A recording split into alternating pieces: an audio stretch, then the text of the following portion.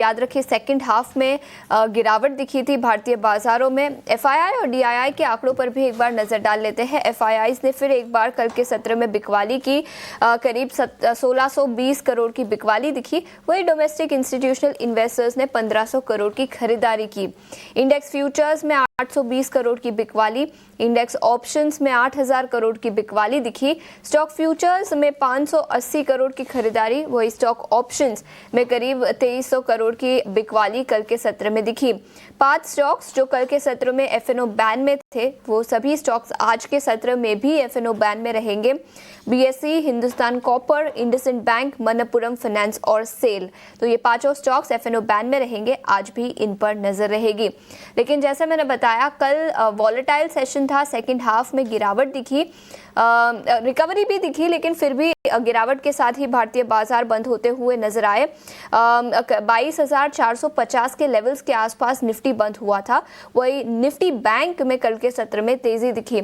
लेकिन आज किस तरह की रणनीति बनानी चाहिए, कौन से लेवल्स पर आपको नजर रखनी चाहिए, ये बताने के लिए अब डिम्पी हमारे साथ जुड़ चुके हैं।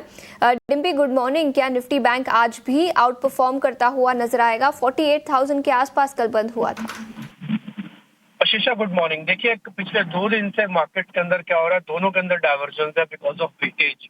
एक दिन आईटी कंपनी की वजह से निफ्टी के ऊपर प्रेशर रहा और दिन भर वो स्ट्रगल करता रहा हरे निशान में आने में, और एक दिन इंडसइंड बैंक की वजह से बैंक निफ्टी पे प्रेशर रहा और वो दिन भर स्ट्रगल करता रहा हरे निशान में आने में।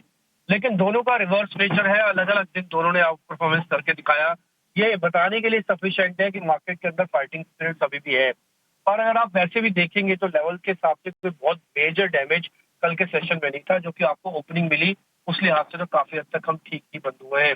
अब आज की बात क्या, आज मार्केट के अंदर को क्या, आज तो सेशन के हिसाब से लास्ट ट्रेडिंग सेशन है, फिर कल की मार्केट की छुट्टी रहेगी और अब 3 दिन बैक टू बैक छुट्टी होगी। और क्या मार्केट आज थोड़ा पुल बैक दिखा सकता है? देखिए, ग्लोबल मार्केट ठीक है। हमने कल क्लोजिंग में भी जाते आते यही बात रखी थी कि अगर आप 22,500 के आसपास और 48,000 के ऊपर बैंक निफ्टी को और निफ्टी को बंद कर देंगे तो फिर हो सकता है आपका दिन और आपकी होली थोड़ी अच्छी जाए। और आज एग्जैक्टली वही हो रहा है। आज आपको ओपनिंग के संकेत अच्छे मिल रहे हैं और थोड़ा पुल बैक आ सकता है। ये पुल बैक क्या बहुत ज्यादा होगा? नो। क्या ये पुल बैक बाजार को बहुत क्रिटिकल लेवल ब्रेक करा देगा? नहीं, ये ऐसा तो नहीं होगा, बल्कि हाँ, ये एक स्लाइटली पुल बैक होगा, बहुत जो लाइट होगा और आपको एक कंफर्टेबल जोन में लाके बंद कर सकता है। जैसे कि 22,000 के ऊपर की क्लोजिंग आपको मिल जाए, क्योंकि अभी ना 600, 700 और 800 ये तीनों मेजर रेजिस्टेंसेस है।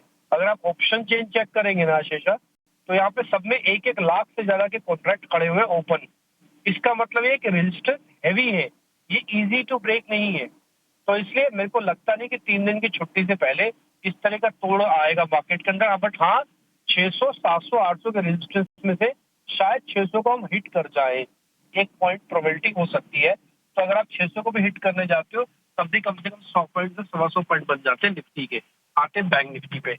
बैंक निफ्टी के अंदर भी एग्जैक्टली वही हुआ, 48,000 के ऊपर की क्लोजिंग है, 48,500 तक का रास्ता वापस खुल गया और 47,800 अब आपका स्टॉप लॉस हो गया। क्या दोनों ही इंडाइसेस में ऑप्शंस वालों को ट्रेड करना चाहिए? उसका जवाब है नहीं। अगर आप बहुत ही स्मार्ट ट्रेडर हैं तब आप ऑप्शंस के अंदर ट्रेड करें, अदरवाइज नहीं करें।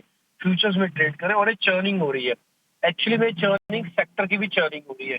एक दिन बैंक चलता है, दूसरे दिन आईटी और तीसरे दिन कुछ और चौथे दिन कुछ और। इसलिए जो चर्निंग हो रही है ना, इस चर्निंग को भी आपको थोड़ा विजिबली देखना होगा और इसमें पार्टिसिपेट करें। ऐसे में तो एक रेंज रहेगी स्टिल, और मैं आपको फिर से एक लाइन के साथ ही कंप्लीट कर देता हूँ कि 22,800 के ऊपर जब तक आप नहीं आते फाइनली, तो आप ना एक डर वाली टेरिटरी से बाहर नहीं निकलेंगे। और 48,800 जब तक आप नहीं लाते तो बैंक निफ्टी की भी डर वाली टेरिटरी से बाहर नहीं निकलेंगे टिल डेट तक।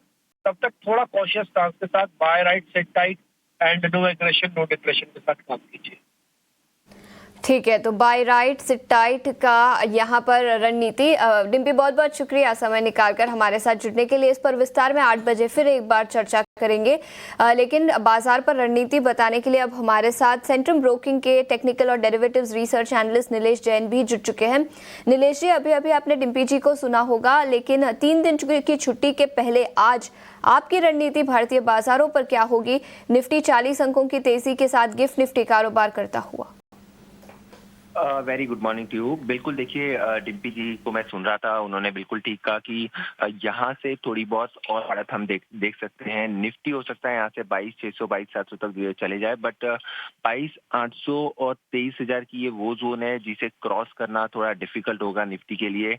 22,800 22,700 पे काफी कॉल राइटर्स एक्टिव है। तो यहाँ पे अभी फिलहाल के लिए अगर हम डेटा भी देखें तो वो भी ये इंडिकेट कर रहे हैं कि यहाँ पे मल्टीपल हर्डल्स है, बट अच्छी बात यह है कि यहाँ से एक फॉलो अप मूव ड्यू है, वो हमें देखने को मिल सकता है। तो आज के लिए बायस पॉजिटिव साइड में रख के ट्रेड करने की सलाह होगी, स्टॉक स्पेसिफिक मूव पे फोकस करने की सलाह होगी। तो मेरी ओर से दो खरीदारी वाले स्टॉक है। सबसे पहले सन फार्मा को खरीद के चलने की सलाह होगी। स्टॉप लॉस होगा 1651 का, टारगेट होगा 1715 का।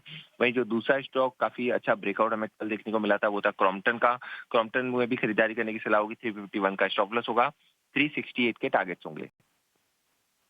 ठीक है, तो क्रॉम्पटन ग्रीव्स पर खरीदारी की राय 368 तक के लेवल्स नजर आ सकते हैं। और फार्मा सेक्टर से सन फार्मा जहां पर 1651 के स्टॉप लॉस के साथ 1715 तक के लेवल्स नजर आ सकते हैं। तो सन फार्मा पर खरीदारी की राय।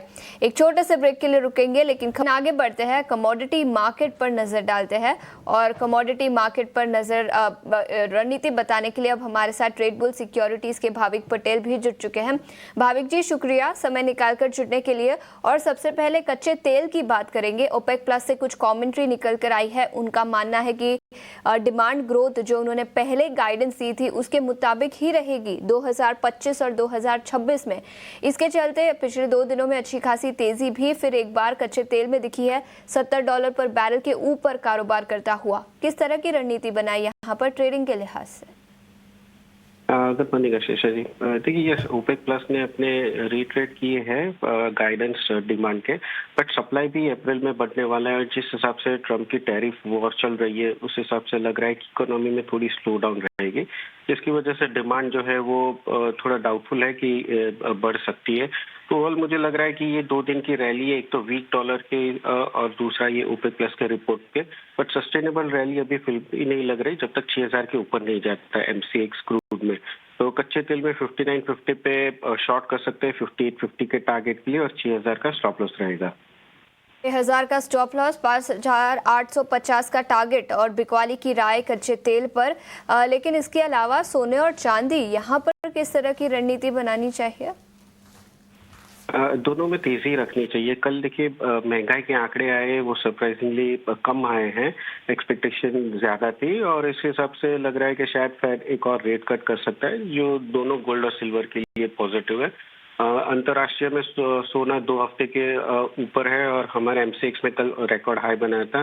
चांदी भी 3 हफ्ते के ऊपर है। तो दोनों में आई थिंक डिप्स मिलती है तो बाई करना चाहिए। जहां पे सोने में 86,300 के करीब डिप मिलती है, 86,700 के टारगेट के लिए बाय कर सकते हैं। और चांदी में 98,800 के करीब बाय कर सकते हैं, 99,700 के टारगेट के लिए। के अलावा बेस मेटल्स पर किस तरह का ट्रेड बनाना चाहिए? जिंक, लेड, कॉपर, एल्यूमिनियम, यहाँ पर कुछ?